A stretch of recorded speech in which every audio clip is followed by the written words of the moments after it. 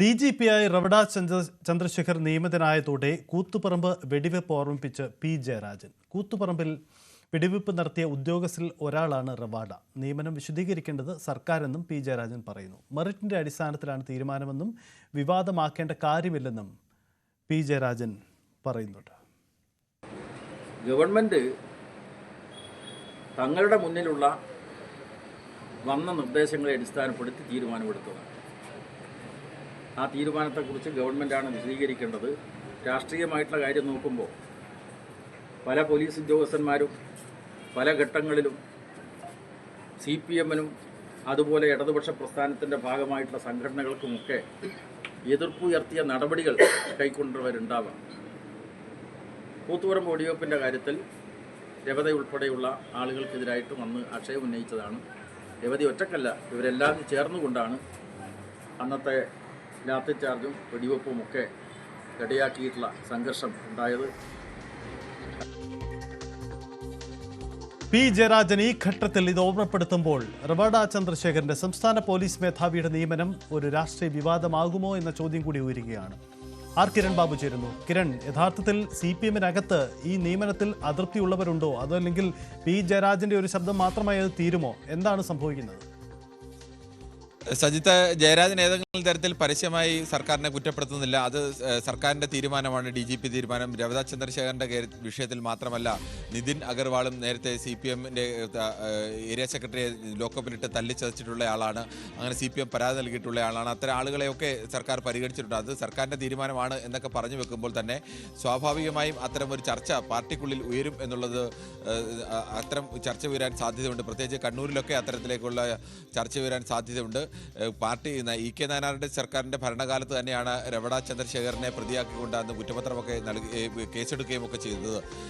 കൂത്തുപറമ്പ് രക്തസാക്ഷി അതോടെ വെടിവെപ്പിന് ഉത്തരവ് നൽകിയ അന്നത്തെ ഉദ്യോഗസ്ഥൻ എന്ന നിലയ്ക്ക് ഏറെക്കാലം റവഡ ചന്ദ്രശേഖരനെതിരെ CPM-ഉം DYFI അടക്കമുള്ള സംഘടനകളുമൊക്കെ വലിയ പ്രക്ഷോഭമൊക്കെ ഉയർത്തിയത് കൂടിയായിരുന്നു. അത്തരമൊരാൾ ഇപ്പോൾ സംസ്ഥാന സർക്കാർ 3 അംഗ പാനലിൽ നിന്ന് അത്തരമൊരാളെ തന്നെ DGP-ആയി തെരഞ്ഞെടുക്കുമ്പോൾ സ്വാഭാവികമായും അത്തരം ചില വിവാദങ്ങളും വിമർശനങ്ങളും ഒക്കെ വരാൻ സാധ്യതയുണ്ട്. പക്ഷേ പാർട്ടിയിലെ ഇപ്പോഴത്തെ അവസ്ഥയിൽ അതൊരു വലിയ തരത്തിലേക്കുള്ളൊരു വിമർശനമായോ തർക്കമായോ ഒക്കെ വളരാനുള്ള സാധ്യത കുറവാണ് താൻ. കിരൺ, ഒരു കാര്യം കൂടി നമുക്കറിയാം, ഒരുപക്ഷെ നിവൃത്തികേട് കൊണ്ട് റവാഡയെ അംഗീകരിക്കേണ്ടി വന്നു സർക്കാരിനൊരു അവസ്ഥയാണല്ലോ. നിതിൻ അഗർവാൾ ആവട്ടെ, റവാഡ ചന്ദ്രശേഖർ ആവട്ടെ, ഈ പേരിനോടൊന്നും സർക്കാരിന് അത്ര താല്പര്യമുണ്ടായിരുന്നതല്ല. പക്ഷേ മറ്റു ഓപ്ഷൻ ഇല്ലാതെ പോയി, അതുകൊണ്ട് അംഗീകരിക്കേണ്ടി വന്നു എന്നൊരവസ്ഥ കൂടിയുണ്ട്. അങ്ങനെയെങ്കിൽ പൂർണ്ണമായും തൃപ്തിയില്ലാത്ത ഒരു പോലീസ് മേധാവിയെ ഒപ്പം നിർത്തി കൊണ്ടുപോകേണ്ട ഒരു അവസ്ഥ കൂടി സർക്കാരിന് വരുന്നുണ്ടോ? സജിത്തെ, അത് പൂർണ്ണമായും ശരിയാണെന്ന് പറയാൻ കഴിയില്ല. സർക്കാരിനെ സംബന്ധിച്ചിടത്തോളം സർക്കാരിന് പൂർണ്ണമായും തൃപ്തിയുള്ള അല്ലെങ്കിൽ സർക്കാരിൻ്റെ താല്പര്യത്തിന് വരുന്ന ഒരാളെ ആ ഒരു അവസാന പട്ടികയിൽ കിട്ടിയില്ല എന്നുള്ള യാഥാർത്ഥ്യമുണ്ട്.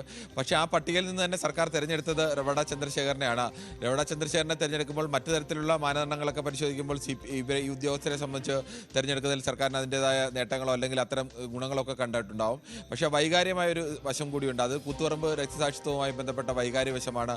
അത്തരമൊരു കേസിൽ ഇടത് സർക്കാർ തന്നെ, നയനാറിൻ്റെ കാലത്തെ സർക്കാർ തന്നെ കേസിൽപ്പെടുത്തിയ ഒരു ഉദ്യോഗസ്ഥനെ പിന്നീട് ആ കേസിൽ നിന്ന് കോടതി അദ്ദേഹത്തെ കുറ്റമുക്തനാക്കി എന്നുള്ളത് കേസ് തള്ളി എന്നുള്ളത് മറ്റൊരു കാര്യം. പക്ഷേ കേസിൽപ്പെടുത്തിയ ഒരു ഉദ്യോഗസ്ഥനെ തന്നെയാണ് ഇപ്പോൾ അതേ ഇടത് ഭരണകാലത്ത് വീണ്ടും അദ്ദേഹത്തെ DGP സ്ഥാനത്തേക്ക് കൊണ്ടുവരുന്നത്. അത് മറ്റ് 3 പേരുള്ള പാനലിൽ നിന്ന് അദ്ദേഹത്തെ കൊണ്ടുവരുന്നു എന്നുള്ള ഒരു വൈകാര്യ വിഷയമുണ്ട്.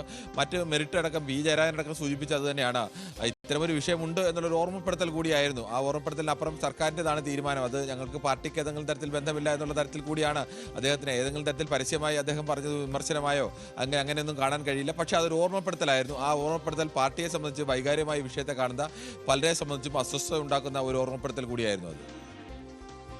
എന്തായാലും പി ജയരാജൻ തുറന്നു പറയുമ്പോൾ ഈ വിഷയത്തിൽ അത്തരത്തിലുള്ള പ്രതിസന്ധി കൂടി ഉണ്ടാകുന്നു എന്ന സാഹചര്യമുണ്ട്. എപ്പോഴും കിരൺ, ഒരു കാര്യം കൂടിയുള്ളത്, ഈ റവാഡ ചന്ദ്രശേഖരൻ്റെ നിയമനം അല്ലെങ്കിൽ ഇപ്പോൾ നിയമിതനാവുന്ന പോലീസ് മേധാവിക്ക് ഒരു പ്രത്യേകത കൂടിയുള്ളത്, 2 പ്രത്യേക സാഹചര്യങ്ങൾ കൂടി മുന്നിലുണ്ട് സർക്കാരിന്. ഒന്ന് തദ്ദേശ തെരഞ്ഞെടുപ്പ്, അതിനുശേഷം നിയമസഭാ തെരഞ്ഞെടുപ്പ്.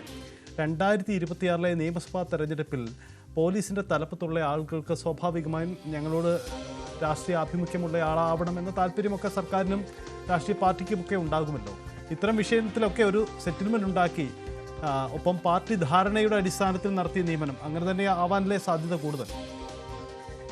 സജിത്ത്, സ്വാഭാവികമായും എല്ലാ തവണയും DGP നിയമനത്തിലൊക്കെ അത്തരത്തിലേക്കുള്ള ചർച്ചകളും ചില ആലോചനകളും ഒക്കെ നടത്തുകയും ഇവരുമായിട്ടൊക്കെ നേരിട്ട് ചർച്ച നടത്തുകയും ഒക്കെ ചെയ്യാറുണ്ട്.